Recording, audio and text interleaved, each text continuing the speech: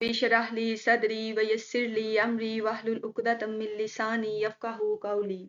नेक लोगों पे आजमाइशें ज्यादा आती हैं, यह हकीकत पे मबनी बात है। और सबसे ज्यादा आजमाइशें किस पे आईं? हमारे नबी सल्लल्लाहु अलैहि वसल्लम पे।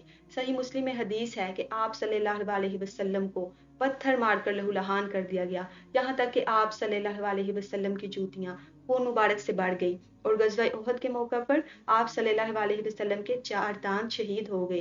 तिरमिज़ी और इब्ने माजा में हदीस है कि आप सल्लल्लाहु अलैहि वसल्लम ने फरमाया, अल्लाह ताला सबसे ज़्यादा तकालीफ दुनिया में उनको देता है जो अल्लाह को सबसे ज़्यादा बढ़कर महबूब होते हैं, यानी अंबियाए कराम। फिर फरमाया, इसके बाद उनको जो नबियों के बाद अल्लाह को सबसे बढ़कर महबूब हूँ। कई सहाबा हैं जिन्होंने अपनी पूरी ज़िंदगी अच्छी गुजारी, बाज़ ने मुश्किलात का सामना किया और आज के दौर में भी बाज़ तकालीफ उठा रहे हैं और बाज़ अच्छी ज़िंदगी गुजार रहे हैं। अल्लाह नोज़ बेटर कि किसने कितनी और कैसी तकलीफ उठानी है, कि किसको कितना उसके ईमान के मुताबिक आजमाया जाएगा। आजकल तो आजमाइशें ज़्यादा नहीं हैं। क्यों? क्योंकि ईमान ज़्यादा नहीं है। अल्लाह ताला क्या फरमाते हैं सूरतुल बकरा आयत नंबर 155 में, वाला नबलू वन नकुम बिशैइन मिनल खौफ, और ज़रूर आजमाइश करेंगे हम तुम्हारी किसी कदर खौफ से और भूख से और नुकसान से अमवाल में और जानों और फलों में, और बिशारत सुना दो सब्र करने वालों को।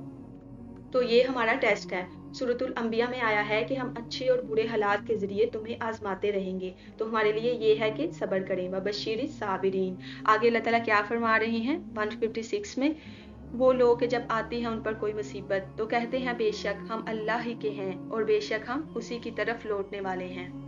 उनका एटीट्यूड क्या होता है कि मरकर भी तो अल्लाह के पास जाना है, तो ये जो तकलीफ हम पे आई थी, ये ज्यादा से ज्यादा हमें मौत ही तो दे सकती है ना। तो हमने भी तो एक ना एक दिन अल्लाह के पास चले जाना है।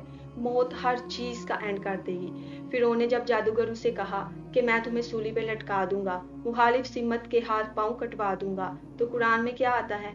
उन्होंने कहा कि तू जो कुछ भी करेगा इस दुनिया की जिंदगी में ही कर सकता है ना, आखिरत जाकर तो हमारी बर्बाद नहीं कर सकता। जान तो वैसे भी चली ही जानी है, तो जान ही ले सकता है ना। तिरमिज़ी और इब्ने माजा में है, बंदा इस तरीके से तकालीफ और आजमाइश झेलता रहता है हत्ता कि अल्लाह इसे पाको साफ करके अपने पास बुला लेता है। तो आजमाइश इंसान के गुनाहों के चढ़ने का सबब बनती है, और जिनके गुनाह नहीं होते फिर इनके दर्जात बुलंद हो जाते हैं, इनकी फजीलत बढ़ जाती है। बुहारी और मुस्लिम में हदीस है कि किसी मुसलमान को दुख, तकलीफ, अंदेशा भी पहुंचता है, यानी जहनी टेंशन, नॉन टेंजिबल चीज, हत्ता कि इसके पाँव में कांटा भी चुभ जाए, इसके बदले भी अल्लाह इसके गुनाहों को माफ कर देता है, इसके दर्जात बुलंद होते हैं। नबियों पे भी आई, सहाबा पे भी आई, आजमाइश तो आनी है, लिहाजा हर बंदे का टेस्ट मुख्तलिफ है। किसी को अल्लाह जवान औलाद छीन कर आजमाएगा, किसी को अल्लाह बे औलाद कर देंगे, किसी की जवान औलाद को नाफरमान बनाकर आजमाएगा, किसी से इसकी बनाई लेकर, किसी को कैंसर में डालकर आजमाएगा। और याद रखे कि कोई भी आजमाइश नहीं उतरती मगर वो पहले से लोहे महफूज पे मौजूद है। लोग क्या कहते हैं कि आप अल्लाह के रास्ते पे आ जाओ, परेशानियां दूर हो जाएंगी। ऐसा नहीं है, परेशानियां तो लोहे महफूज पे लिखी जा चुकी हैं, वो तो आकर ही रहनी है। हाँ, मगर आसान हो जाएंगी। अगर अल्लाह के रास्ते पे आ जाने से परेशानियां दूर होनी होती तो किसकी सबसे पहले दूर होती? रसूलुल्लाह की, क्योंकि इनसे ज्यादा तो कोई अल्लाह के रास्ते पे ना था। बुहारी और मुस्लिम में हदीस है, हजरत आयशा फरमाती हैं, 3 3 महीने हमारे घर में चूल्हा नहीं जलता था, 2 काली चीजों पे गुजारा होता था, एक खजूर और दूसरा पानी। खजूर भी वो भी टनों टन के हिसाब से नहीं, एक खजूर और एक मीठे पानी का प्याला, वो भी 8 10 किलोमीटर से भरकर लाना पड़ता था, एक सुबह को और एक शाम को। सहाबा की जिंदगी को देख लें, रोमन एम्पायर और पर्शियन एम्पायर की फतह के बाद भी उन्होंने जुहद की जिंदगी गुजारी। तो ये ना कहा करें कि दीन के रास्ते पे आओ तो मुश्किलात दूर हो जाएंगी। लोग जब आते हैं फिर वो मायूस हो जाते हैं कि अब तो हम आ गए हैं, फिर क्यों मुश्किलात खत्म नहीं हो रही। इसलिए कहा करें कि मुश्किलात आसान हो जाएंगी, झीलना आसान हो जाएंगी। इसीलिए सूरतुल अनकबूत के आगाज में अल्लाह ताला फरमाते हैं, क्या लोगों ने ये गुमान कर रखा है कि इनके सिर्फ इस दावे पर कि हम ईमान ले आए अल्लाह ताला उन्हें बगैर आजमाए ही छोड़ देंगे? तुमसे पहले भी हमने लोगों को आजमाया और तुम्हें भी जरूर आजमाएंगे। इसलिए अल्लाह से दुआ करी, रब्बना आतिना फिद दुनिया हसनतम व फिल आखिरती हसनतम व किना अजाबन नार। दुनिया और आखिरत की भलाई मांगे। भलाई से क्या मुराद है कि आप अमीर हो जाएंगे? नहीं, बल्कि जिस हाल में भी हैं आप मुतमईन हो जाएंगे। सही मुस्लिम में हदीस है, हमेशा अपने से निचले वाले को देखो, यूं तुम्हें कनायत नसीब होगी। अल्लाह की नेमतों पे शुक्र करो, ذرا اپنا انالیسس کریں اور سوچیں، کیا آپ یہ کہہ سکتے ہیں کہ میرے سے نیچے کوئی ہے ہی نہیں؟ ہر مسلمان کھربوں عوام سے اوپر ہے، کیونکہ دنیا میں ابھی ارب لوگ ہیں جن کے دل میں کلمہ نہیں ہے۔ تو مسلمان کے پاس تو کلمہ ہے، تو پھر وہ ان سے اوپر ہے۔ باقی نعمتیں دیکھیں اور دنیا کے امیر ترین لوگوں کو دیکھیں، بڑے بڑے ہوٹلوں کے مالک ہیں مگر زبان کا ذائقہ نہیں چکھ سکتے۔ کہتے ہیں کہ کوئی ہم سے ہماری ساری دولت لے لے مگر ہمیں زبان کا ذائقہ دے دے، اور ہم گول گپے کھا سکتے ہیں، ہم ذائقہ چکھ سکتے ہیں۔ یہ کتنی بڑی نعمت ہے! تو ہر کسی کو اللہ تعالیٰ نے آزمائش میں ڈالا ہوا ہے، اس لیے کہتے ہیں کہ وہ لے کر بھی آزماتا ہے اور دے کر بھی۔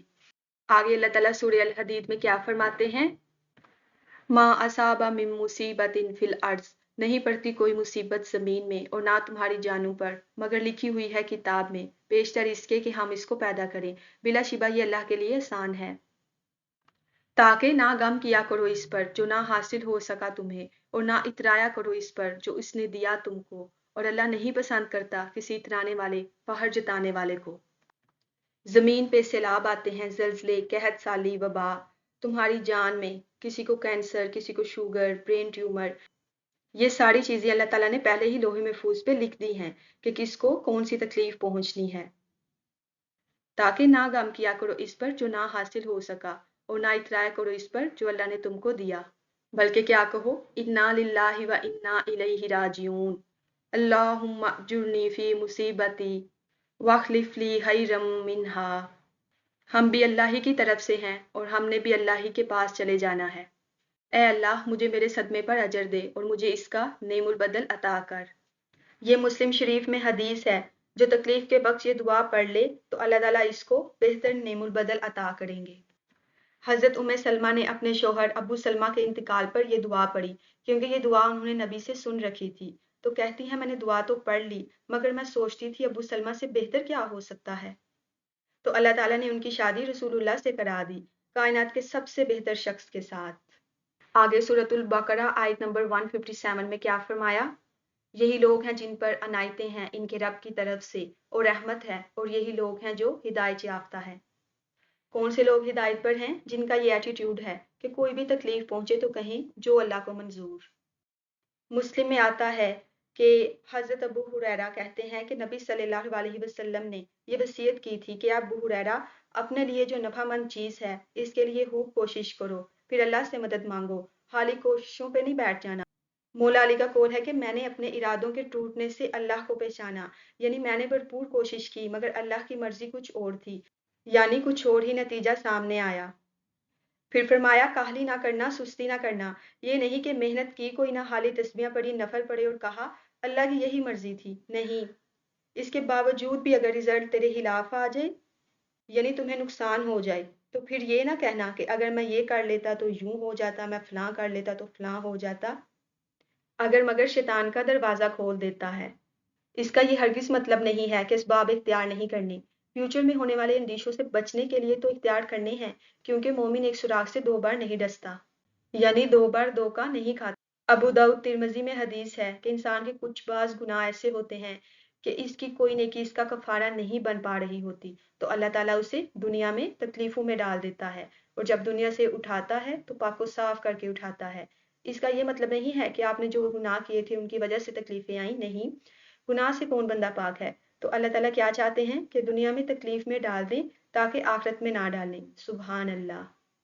رسول اللہ نے فرمایا ہلاک ہوا وہ شخص جس کا آج کل سے بہتر نہیں، اس لیے روز اپنی زندگی میں نیو ویلیو ایڈ کریں، اپنے سفر کو طاقت بخشیں، پاور آف یور وائس۔